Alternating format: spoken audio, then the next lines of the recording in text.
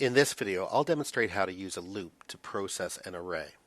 So I've got the beginnings of a shopping cart application here, and I've created a customer. Her name is Mary Smith using a string variable. And then I've created an array right here that's got 4 items in it.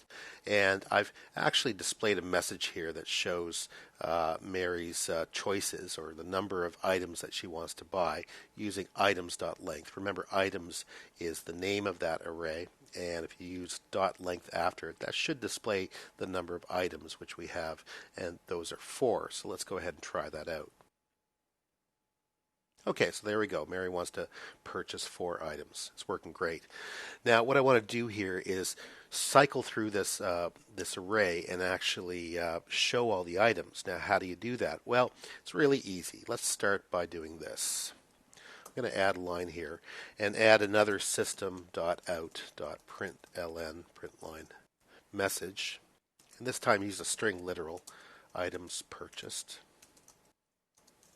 and that's just a header, and add another line.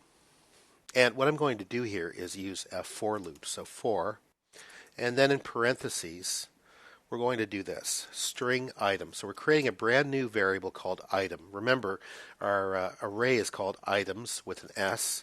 We're going to use item with no S because that'll be the variable we're going to use to display each item. And then you put a colon. I'll put a space after that, a colon like that, and then the colon is going to indicate that we're pulling information from something, in this case items, remember, with that S. So that's the array. What that'll do is that will actually loop through 0, 1, 2, and 3, the 4 different items that are in the array. I'll put in an opening brace, and there's our closing brace. Get rid of that extra line. And now what I'm going to do is, again, output here, system.out.println. And item, remember we created item right here, which is a string. In each iteration of the loop, it's going to go through it 4 times because that's the length of the array. It's going to pull the value from the items array. So it'll be shirt, socks, scarf, and belt in each iteration. Item. And let's put a little extra text in here because we want to separate this, make it look clean.